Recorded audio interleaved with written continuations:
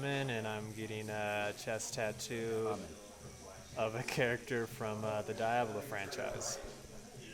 So I have on my left arm from the Witcher series, on my back and ribs is from the Dark Souls series, my front torso is going to be from Diablo, and my right arm is kind of a landscaping with some Elder Scrolls essences in it as well. So pretty much everything on me has some type of game influence for sure, if not all. So the Witcher series was one of the games that I pretty much just fell in love with right away because I'm a huge nut on like dark fantasy, like castles and mythological creatures and knights and dragons and kind of stuff like that. And just how real and dark that series is kind of hit home to me, as well as the Dark Souls series. The characters that are on my body all somewhat resemble something.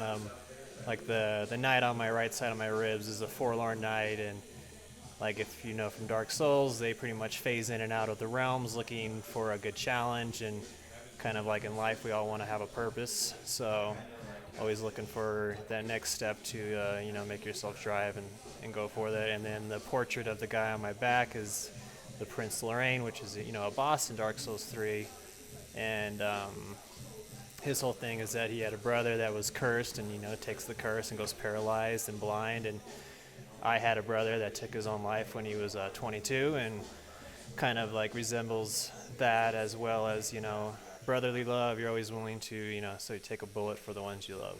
So I mean, the back piece we've been going for a year and a half plus. The left arm took about a year. Right arm only took probably maybe 6 or 7 months, just because it's black and gray, less details.